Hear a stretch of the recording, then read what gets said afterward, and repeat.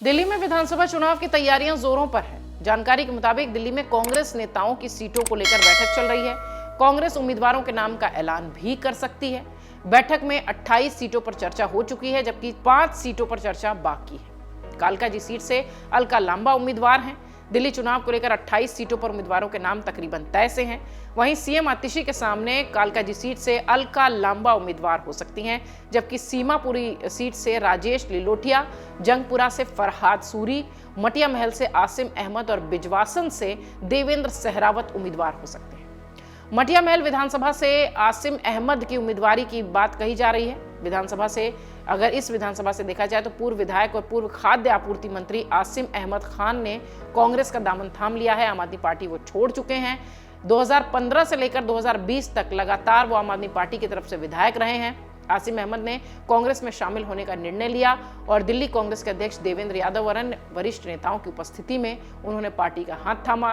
उन्होंने ये भी कहा कि कांग्रेस की विचारधारा और नीतियों ने उन्हें पार्टी से जुड़ने के लिए प्रेरित किया है। 2015 में मटिया महल विधानसभा सीट पर उन्होंने आम आदमी पार्टी के टिकट पर भारी मतों से जीत हासिल की थी और अरविंद केजरीवाल सरकार में खाद्य आपूर्ति मंत्री का पदभार भी संभालते दिखाई पड़े थे। हालांकि बाद में उन्होंने भ्रष्टाचार के आरोपों को झेला और जिसके चलते उन्हें मंत्री पद से भी हटाया गया और पार्टी से भी उन्हें बाहर किया गया।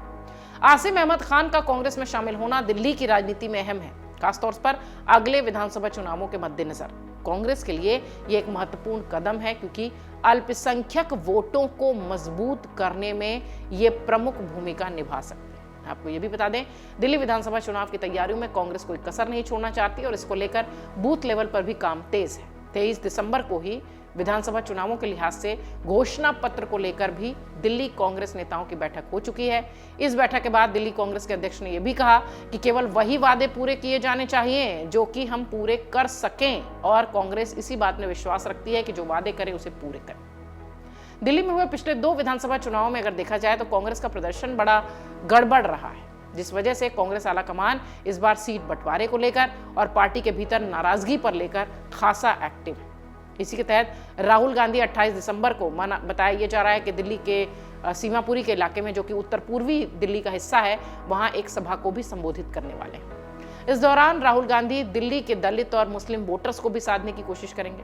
हालांकि आपको बता दें कि कांग्रेस 2013 से दिल्ली की सत्ता से बाहर है, जबकि आम आदमी पार्टी 2015 में दिल्ली से अपने दम पर सत्ता में काबिज है। इससे पहले कांग्रेस की तरफ से शीला दीक्षित लगातार 15 साल तक दिल्ली की मुख्यमंत्री रही। हालांकि 2015 और 2020 के दिल्ली विधानसभा चुनावों में कांग्रेस का प्रदर्शन सबसे अधिक खराब रहा है और वो अपना खाता तक नहीं खोल पाई है। दिल्ली विधानसभा के लिए फरवरी 2025 में चुनाव होने की उम्मीद है, क्योंकि 23 फरवरी 2025 तक ही विधानसभा का कार्यकाल है। बताया जा रहा है कि केजरीवाल के नेतृत्व वाली आम आदमी पार्टी मजबूती के साथ मैदान में है, चौथी बार सत्ता में आने की कोशिश में है। साल 2015 में विधानसभा चुनाव में पार्टी ने 70 में से 67 सीटें जीती थी, बम्पर जीत, और 2020 के विधानसभा चुनाव में पार्टी ने 70 में से 62 सीटों पर जीत दर्ज की थी। बीजेपी को साल 2015 में 3 और 2020 में महज 8 सीटों से संतोष करना पड़ा था।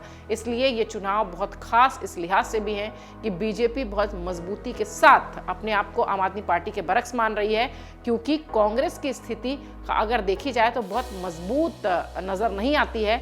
लेकिन फिर भी मुकाबला अगर दिल्ली में देखा जाए तो मुख्यतः इन्हीं 3 पार्टियों के बीच नजर आएगा, यानी कांग्रेस, आम आदमी पार्टी और बीजेपी। अगर आप ये वीडियो YouTube पर देख रहे हैं तो हमारे चैनल को सब्सक्राइब कर बेल आइकन दबाएं और Facebook पर देख रहे हैं तो हमारे पेज को लाइक करें।